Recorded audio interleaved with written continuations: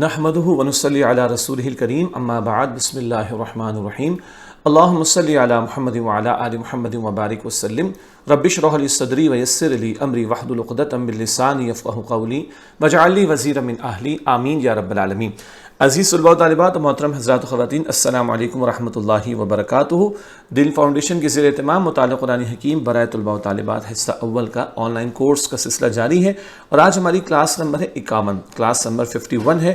آپ کے علم ہے کہ سورہ صافات کا ہم مطالعہ کر رہے ہیں، اور آج انشاءاللہ سورہ صافات کی آیات 22 تا 39، 22 سے 39 کا ہم مطالعہ کریں گے، اور بک کا پیج نمبر ہے 154، صفحہ نمبر 154 آپ کے پاس ہے۔ یہ ایک طویل صورت ہے، آیات اس کی مختصر ہیں، لیکن ایک لیسن میں زیادہ آیات ہیں، تو تھوڑا سا ہمارا لیسن طویل ہے۔ تو آج مطالعہ شروع کرتے ہیں سورہ صافات کی آیات 22 تا 39 کا۔ کلاس نمبر ہماری 51 جاری ہے۔ سب سے پہلے ہمیشہ کی طرح مقاصد مطالعہ، لرننگ آؤٹ کم کیا ہوں گی، مدد ذیل باتیں معلوم ہو جائیں۔ پہلی بات، قیامت کے دن اللہ تعالیٰ فرشتوں کو کیا حکم دے گا۔ نمبر 2، قیامت کے دن ظالموں کا انجام کیا ہوگا، ظالم سے مراد مشرک لوگ ہیں۔ نمبر 3، فرشتے ظالموں کی مذمت کیسے کریں گے۔ اور نمبر 4، گمراہ سرداروں اور ان کے پیروکاروں کے درمیان کیا مکالمہ ہوگا۔ جو برے لیڈر ہوتے ہیں نا، گمراہ قسم کے، ان کے جو فالوورز ہوں گے، تو ان گمراہ سرداروں اور ان کی پیروی کرنے والوں میں ایک مکالمہ ہوگا، ایک ڈائلاگ ہوگا، ایک گفتگو ہوگی، اس کا ذکر بھی ہمارے سامنے آئے گا انشاءاللہ۔ آج کا لیسن باقاعدہ شروع کرتے ہیں۔ سورہ صافات کی آیات 22 تا 30 اس وقت ہمارے سامنے، پھر مزید آیات انشاءاللہ پڑھیں گے۔ اعوذ باللہ من الشیطان الرجیم، بسم اللہ الرحمن الرحیم۔ احشروا الذین ظلموا وازواجہم وما كانوا يعبدون من دون اللہ فاہدوہم الى صراط الجحیم وقفوہم انہم مسئولون ما لکم لا تناصرون بل ہم اليوم مستسلمون وَأَقْبَلَ بَعْضُهُمْ عَلَى بَعْضٍ يَتَسَاءَلُونَ قَالُوا إِنَّكُمْ كُنْتُمْ تَأْتُونَنَا عَنِ الْيَمِينِ قَالُوا بَلْ لَمْ تَكُونُوا مُؤْمِنِينَ وَمَا كَانَ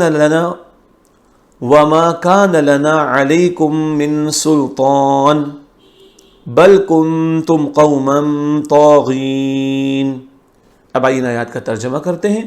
احشروا الذین ظلموا، حکم ہوگا کہ جمع کرو ان لوگوں کو جنہوں نے ظلم کیا، وازواجہم، اور ان کے ساتھیوں کو، وما كانوا يعبدون، اور انہیں بھی جن کی وہ عبادت کیا کرتے تھے، من دون اللہ، اللہ کے سوا، فہدوہم، پھر انہیں ہانک کر لے جاؤ، الی صراط الجحیم، جہنم کے راستے کی طرف، وقفوہم، اور انہیں ذرا ٹھہرائے رکھو، انہم مسئولون، بے شک ان سے کچھ پوچھا جائے گا، ما لکم، تمہیں کیا ہوا، لا تناصرون، کہ تم ایک دوسرے کی مدد نہیں کرتے، بل ہم الیوم، وہ مدد کیا کریں گے، بلکہ آج تو وہ خود، مستسلمون، گردنیں جھکائے کھڑے ہوں گے، وَأَقْبَلَ بَعْضُهُمْ عَلَى بَعْضٍ، اور وہ ایک دوسرے کی طرف متوجہ ہو کر، يَتَسَاءَلُونَ، آپس میں سوال کریں گے، قَالُوا، وہ پیروی کرنے والے کہیں گے، إِنَّكُمْ كُنْتُمْ تَأْتُونَنَا، بے شک تم ہی تو بہکانے کے لیے ہمارے پاس آیا کرتے تھے، عن الیمین، دائیں طرف سے، قالوا، کافر سردار کہیں گے، بل لم تکونوا مؤمنین، نہیں، بلکہ بات یہ ہے کہ تم ہی ایمان لانے والے نہ تھے، وما کان لنا علیکم من سلطان، اور ہمارا تم پر کوئی زور نہ تھا، بل کنتم قوما طاغین، بلکہ تم خود ہی سرکش لوگ تھے۔ اگلی آیات کی طرف چلتے ہیں، سورہ صافات کی آیات 31 تا 39۔ فحق علینا قول ربنا انا لذائقون فاغویناکم انا كنا غاوین فإنهم يومئذ في العذاب مشتركون انا كذلك نفعل بالمجرمين انهم كانوا اذا قيل لهم لا الہ الا اللہ يستكبرون ويقولون أئنا لتاركو آلهتنا لشاعر مجنون بل جاء بالحق وصدق المرسلين انکم لذائق العذاب الالیم وما تجزون الا ما کنتم تعملون۔ ماشاءاللہ، اب ان آیات کا ترجمہ کرتے ہیں۔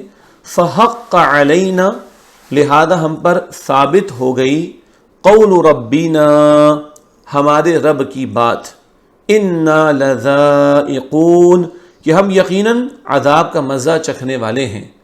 فَأَغْوَيْنَاكُمْ إِنَّا كُنَّا غَاوِينَ، تو ہم نے تمہیں گمراہ کیا کیونکہ بے شک ہم خود گمراہ تھے۔ فَإِنَّهُمْ يَوْمَئِذٍ فِي الْعَذَابِ مُشْتَرِكُونَ، تو بے شک وہ اس دن عذاب میں برابر کے شریک ہوں گے۔ إِنَّا كَذَلِكَ نَفْعَلُ بِالْمُجْرِمِينَ، بے شک ہم مجرموں کے ساتھ ایسا ہی کیا کرتے ہیں۔ انہم کانوا، بے شک وہ ایسے لوگ تھے، اذا قیل لہم، کہ جب ان سے کہا جاتا تھا، لا الہ الا اللہ، کہ اللہ کے سوا کوئی معبود نہیں، یستکبرون، تو وہ تکبر کیا کرتے تھے۔ ویقولون، اور وہ کہتے تھے، اِنَّا لَتَارِكُو آلِهَتِنَا، کیا ہم اپنے معبودوں کو چھوڑ دیں، لِشَاعِرٍ مَجْنُون، ایک مجنون شاعر کی وجہ سے، بل جاء بالحق، بلکہ وہ رسول صلی اللہ علیہ وسلم حق لے کر آئے ہیں، وصدق المرسلین، اور انہوں نے تمام رسولوں کی تصدیق کی ہے۔ انکم لذائق العذاب الالیم، بے شک تم دردناک عذاب کا مزہ یقیناً چکھنے والے ہو۔ وما تجزون، اور تمہیں وہی بدلہ دیا جائے گا، الا ما کنتم تعملون، جو تم کیا کرتے تھے۔ دیکھا آپ نے بہت ساری آیات ہیں، لیکن چھوٹی چھوٹی آیات ہیں، مختصر آیات ہیں۔ اب آئیے ان آیات کی تشریح کی طرف چلتے ہیں۔ سورہ صافات کی آیت نمبر 22 سے مطالعہ شروع کرنے۔ احشروا الذین ظلموا وازواجہم وما کانوا یعبدون، حکم ہوگا کہ جمع کرو ان لوگوں کو جنہوں نے ظلم کیا، اور ان کے ساتھیوں کو، اور انہیں بھی جن کی وہ عبادت کیا کرتے تھے۔ قیامت کے دن اللہ سبحانہ وتعالیٰ کا فرشتوں کو حکم، قیامت کے دن اللہ سبحانہ وتعالیٰ فرشتوں کو ظالموں اور ان کے جوڑوں کو جمع کرنے کا حکم دے گا۔ یہ فرشتوں کو حکم ہوگا۔ سوال آتا ہے کہ جوڑوں سے کیا مراد، تو آئیے سمجھ لیتے ہیں۔ جو سوال آپ کے ذہن میں آیا فوراً اس کا جواب بھی آ گیا۔ ظالموں کے جوڑوں سے مراد، نمبر 1 مشرکین و کفار کی پیروی کرنے والے، نمبر 2 کافروں کی مشرک بیویاں، نمبر 3 ایک ہی گروہ والے یعنی سود خوروں کے ساتھ، شراب پینے والے استغفر اللہ شراب خوروں کے ساتھ، اور بے حیائی کرنے والے بے حیائی کرنے والوں کے ساتھ۔ یہ مختلف مفاہیم جوڑوں کے ذیل میں بیان کیے گئے، یعنی ان جیسے لوگوں کو بھی جہنم میں ڈالا جائے گا۔ کفار و مشرکین کے معبودوں سے مراد کفار کے پوجا کے پتھر بت بنایا کرتے تھے، درخت وغیرہ بھی دوزخ میں جائیں گے، اور یہ ان کی ذلت میں اضافہ ہوگا کہ دیکھو جن کو تم نے معبود بنایا یہ پتھر ہیں، یہ درخت ہیں، یہ ان کی کوئی حیثیت نہیں ہے۔ ان کی ذلت میں اضافے کے لیے ان کو وہاں پر ڈالا جائے گا جہنم میں۔ سورہ صافات کی آیت نمبر ہے 23، من دون اللہ فہدوہم الی صراط الجحیم، اللہ کے سوا پھر انہیں ہانک کر لے جاؤ جہنم کے راستے کی طرف، یعنی جن کی یہ پرستش کرتے تھے اللہ کے سوا، یہ کہا جا رہا ہے انہیں ہانک کر لے جاؤ جہنم کے راستے کی طرف۔ قیامت کے دن ظالموں کا انجام، ان سب کو جہنم کے راستے کی طرف ہانکا جائے گا۔ اللہ ہم سب کو جہنم کے عذاب سے محفوظ رکھے۔ عملی پہلو، یہاں ظلم سے مراد کفر اور شرک ہے، یعنی وہ لوگ جو غیر اللہ کی عبادت کرتے ہیں، کیونکہ قرآن حکیم میں ہے کہ شرک کرنا سب سے بڑا ظلم ہے۔ تو ظالموں کو جو جہنم میں ڈالا جائے گا اور ہانکا جائے گا، اس سے مراد ظلم کرنے والے کون؟ شرک کرنے والے، کفر کرنے والے۔ اور سورہ لقمان کی آیت نمبر 13 ہے، ان الشرک لظلم عظیم، یقینا شرک کرنا سب سے بڑا ظلم ہے۔ اگلی آیت سورہ صافات کی آیت نمبر 24، وَقِفُوهُمْ إِنَّهُمْ مَسْئُولُونَ، اور انہیں ذرا ٹھہرائے رکھو، بے شک ان سے کچھ پوچھا جائے گا۔ جہنم کے راستے کی طرف ہانکا جانا، جہنم کے راستے کی طرف ہانکتے ہوئے ان ظالموں کو روک کر ان کے برے عقائد اور ان کے برے اعمال کے بارے میں باز پرس کی جائے گی۔ باز پرس کا مطلب سوال جواب ہوگا، انٹیروگیشن کی جائے گی، انگلش میں کہتے ہیں نا، پوچھا جائے گا۔ تو ان کو جہنم کے راستے کی طرف ہانکا جا رہا ہوگا اور روک کر ان کی پوچھ گچھ بھی کی جائے گی۔ ہمارے لیے ایک بڑا اہم نقطہ ہم سب کے سمجھنے کے لیے پوچھ گچھ کے بارے میں، فرمان نبوی صلی اللہ علیہ وآلہ وسلم، قیامت کے دن کسی شخص کے قدم اللہ تعالیٰ کے پاس سے اس وقت تک نہیں ہٹ سکیں گے جب تک اس سے 5 چیزوں کے متعلق نہیں پوچھ لیا جائے۔ بندہ اپنی جگہ سے ہل نہیں سکے گا جب تک 5 سوالات کے جوابات نہ دے دے۔ میری آپ کی زندگی کے اہم ترین سوالات: نمبر 1، اس نے عمر کس چیز میں صرف کی، زندگی کہاں لگائی؟ نمبر 2، جوانی کہاں خرچ کی؟ زندگی کا بہترین وقت جوانی، جب ساری صلاحیتیں پکی ہوتی نا، عروج پر ہوتی، کلائمیکس پر ہوتی، جوانی کہاں خرچ کی؟ نمبر 3، مال کہاں سے کمایا؟ نمبر 4، مال کہاں خرچ کیا؟ حلال سے کمانا ہے اور جائز میں خرچ کرنا ہے، حرام سے کما نہیں سکتے، ناجائز میں خرچ نہیں کر سکتے۔ نمبر 5، جو کچھ سیکھا اس پر کتنا عمل کیا؟ یہ جامع ترمذی شریف کی روایت ہے۔ علم تو حاصل ہو رہا ہے، علم پر عمل بھی کرنا ہے۔ یہ 5 سوالات کے جواب دیے بغیر بندہ اپنی جگہ سے ہٹ نہیں سکے گا۔ اللہ کرے کہ ان سوالات کو یاد کر لیں، اور یہ ہماری زندگی کے اہم ترین سوالات: زندگی، جوانی، کمائی، خرچ اور علم پر عمل، ان کے بارے میں جواب دینا ہے۔ اللہ تعالیٰ ہم سب کو تیاری کی توفیق عطا فرمائے۔ اگلی آیت ہے سورہ صافات کی آیت نمبر 25، مَا لَكُمْ لَا تَنَاصَرُونَ، تمہیں کیا ہوا کہ تم ایک دوسرے کی مدد نہیں کرتے؟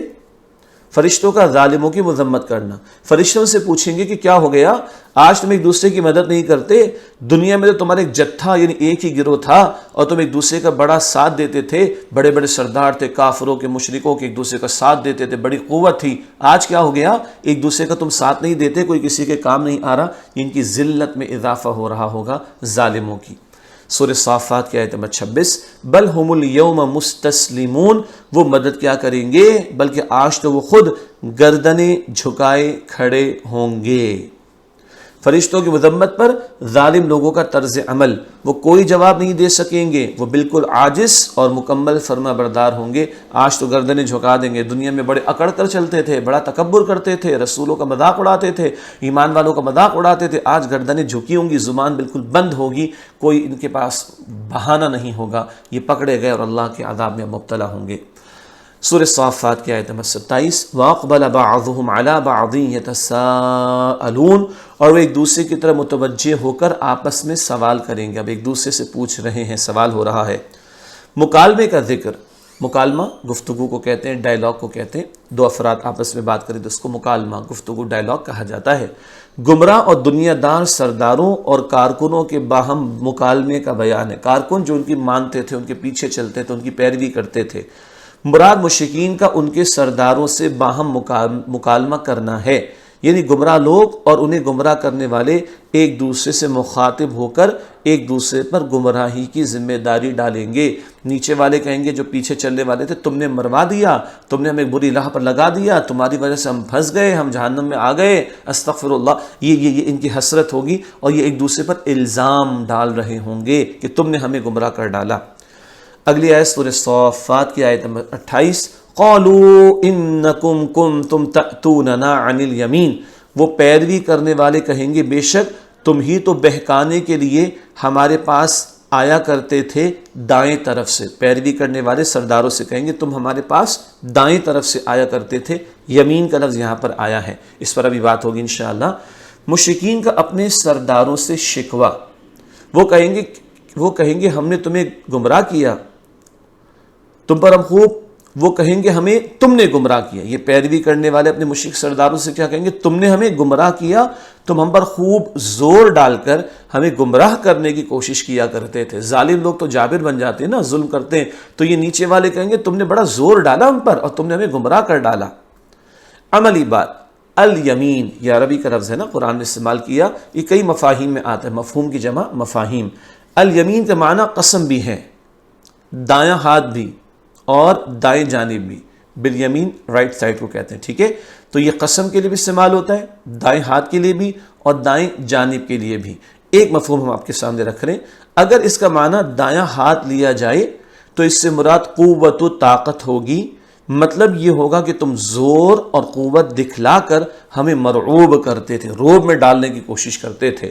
تو یہاں دایاں ہاتھ اگر مراد لیا جائے تو مراد ہے قوت و طاقت، یعنی پیروکار کہیں گے اپنے مشرک سرداروں کو تم ہم پر بڑا زور ڈالتے تھے اور قوت دکھا کر ہمیں مرعوب کرتے تھے، تو ہم نے تمہاری بات مان لی اور ہم گمراہ ہو گئے، تم نے ہمیں گمراہ کیا. کمزور لوگوں کا سرداروں پر اپنی گمراہی کی ذمہ داری ڈالنا. کمزور لوگوں کا اپنی گمراہی کی پوری ذمہ داری سرداروں پر ڈالنے کا مقصد یہ ہوگا کہ وہ عذاب سے کسی طرح بچ سکیں، لیکن وہ ہرگز نہیں بچ سکیں گے.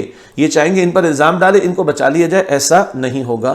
اللہ تعالیٰ نے ان کو آنکھیں دی تھی، یہ اندھے تو نہیں تھے، سمجھ دی تھی، بے وقوف تو نہیں تھے، ایسے اندھے بن کر ان کی تم نے بات مان لی. ان کو کہا جائے گا. آگے چلتے ہیں، اگلی آیت سورہ صافات کی آیت نمبر 29. قالوا بل لم تکونوا مؤمنین، کافر سردار کہیں گے نہیں، بلکہ بات یہ ہے کہ تم ہی ایمان لانے والے نہ تھے. اب سردار پیروکاروں کو کہیں گے تم ایمان لانے والے نہ تھے، تم الزام لگاتے ہو ہم پر. گمراہ سرداروں کا اپنے پیروکاروں کے شکوے کا جواب. پہلا جواب یہ دیں گے کہ ایسا نہیں ہے، بلکہ تم خود ہی ایمان نہیں لائے تھے اور ہم پر ناحق الزام لگاتے ہو. تم نے خود رسول کی بات نہیں مانی، تمہارے دل میں چور تھا، اب تم ہم پر الزام لگانا چاہتے ہو. یہ دیکھیے، یہ ظالم مشرک یہ ایک دوسرے پر الزام تراشی کر رہے ہوں گے قیامت کے دن، مگر اس کا کوئی فائدہ نہیں ہوگا. سورہ صافات کی آیت نمبر 30. وما كان لنا عليكم من سلطان بل كنتم قوما طاغين، اور ہمارا تم پر کوئی زور نہ تھا بلکہ تم خود ہی سرکش لوگ تھے. گمراہ سرداروں کا اپنے پیروکاروں کے شکوے پر مزید جواب. گمراہ سردار اپنے پیروکاروں کو دوسرا جواب یہ دیں گے کہ ہمارا تم پر کوئی ایسا غلبہ نہ تھا جو تمہیں کفر پر قائم رہنے پر مجبور کرتا. ہم نے ایسا تھوڑی تم پر غلبہ و طاقت حاصل کر لی تھی کہ ہم تمہیں کفر پر مجبور کرتے. تم اپنی مرضی سے کفر پر مطمئن اور خوش تھے، تمہاری اپنی چاہت تھی کہ تم کفر پر پڑے رہو، رڑے رہو. تیسرا جواب وہ یہ دیں گے کہ تم خود حد سے تجاوز اور سرکشی کرنے والے تھے، تمہارے اپنے دل کا چور تھا، تم نے خود سرکشی کی روش اختیار کی، اس لیے تم حق کو چھوڑ کر ہمارے پیچھے لگ گئے اور انبیاء کی مخالفت کرتے رہے. یہ سردار ان کو جواب دے دیں گے، وہ ان کو الزام لگائیں گے، یہ ان کو الزام لگا دیں گے، کوئی فائدہ نہیں ہوگا. سورہ صافات آیت نمبر 31. فحق علینا قول ربنا انا لذائقون، لہذا ہم پر ثابت ہو گئی ہمارے رب کی بات کہ ہم یقیناً عذاب کا مزہ چکھنے والے ہیں. گمراہ سرداروں اور ان کے پیروکاروں کا حقیقت کا اعتراف. وہ کہیں گے کہ بے شک اللہ تعالیٰ کا عذاب ہم چکھ کر رہیں گے. یہ پہلے تینوں جوابوں کے نتیجے میں گمراہ سرداروں کا چوتھا جواب ہوگا، یعنی ہم نے کفر پر قائم رکھنے کے لیے تم پر کوئی زبردستی نہیں کی، بلکہ اصل میں نہ تم ایمان والے تھے نہ ہم. مشرک سردار کہیں گے جیسے ہم مجرم تھے ویسے ہی تم مجرم تھے، لہذا یہی انجام ہوا کہ دونوں عذاب کے مستحق ٹھہرے. الزام کا کوئی فائدہ نہیں، سارے کے سارے ظالم مشرک جہنم میں ہوں گے. اللہ تعالی ہم سب کو محفوظ رکھے. تو بھائی ہمیں بھی اچھی طرح دیکھنا چاہیے کہ ہم کس کو فالو کر رہے ہیں، کس کے پیچھے چل رہے ہیں، اچھے لوگوں کی صحبت میں، برے لوگوں کی صحبت میں، کن کی بات مانتے ہیں، کن کو فالو کرتے ہیں. دیکھ لینا چاہیے کل برے لوگوں کا، گمراہ لوگوں کا تو یہ انجام ہونے والا ہے جہنم میں. سورہ صافات کی آیت نمبر 32. فَأَغْوَيْنَاكُمْ إِنَّا كُنَّا غَاوِينَ، تو ہم نے تمہیں گمراہ کیا کیونکہ بے شک ہم خود گمراہ تھے. گمراہ سرداروں کا اپنے پیروکاروں کو گمراہ کرنے کا سبب، وجہ کیا تھی؟ وہ کہیں گے کہ ہم خود بھی گمراہ تھے تو ہم نے تمہیں بھی گمراہ کیا. یہ گمراہ سرداروں کا پانچواں جواب ہوگا کہ ہمارا تم پر کوئی زور نہ تھا مگر ہم خود گمراہ تھے. اور ظاہر ہے کہ ایک گمراہ شخص سے گمراہی کی طرف بلانے ہی کی توقع ہو سکتی ہے۔ گندے کام کرنے والوں سے کیا توقع رکھی جائے گی؟ گندے کاموں کی دعوت دیں گے تو گمراہ آدمی کیا کرے گا؟ گمراہی کی طرف ہی بلائے گا۔ یہ وجہ تھی کہ گمراہ سردار کہیں گے کہ بھائی ہم بے شک خود گمراہ تھے تو ہم نے تمہیں بھی گمراہ کر ڈالا۔ اگلی آیت ہے سورہ صافات کی آیت نمبر 33، فَإِنَّهُمْ يَوْمَئِذٍ فِي الْعَذَابِ مُشْتَرِكُونَ، تو بے شک وہ اس دن عذاب میں برابر کے شریک ہوں گے۔ قیامت کا عذاب، قیامت کے دن گمراہ سردار اور ان کے پیروکار سب عذاب میں شامل ہوں گے، مجرم بڑے ہوں چھوٹے ہوں، ظلم پر رہے، شرک پر رہے، کفر پر رہے، اندھے بنے رہے، عذاب جہنم میں ہوں گے۔ اللہ ہم سب کی حفاظت فرمائے۔ عملی پہلو، قیامت کے دن عوام کا یہ عذر، یہ بہانہ، ان کو کچھ بھی کام نہ آئے گا، کیونکہ گمراہی کے ذمہ دار دوسرے لوگ تھے۔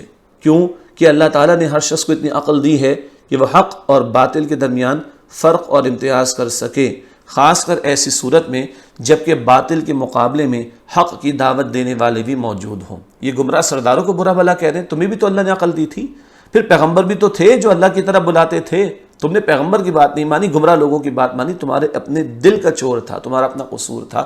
اللہ تعالی ہمیں گمراہی سے بچائے اور نیک لوگوں سے جڑتے ہوئے نیکی میں آگے بڑھنے کی توفیق عطا فرمائے۔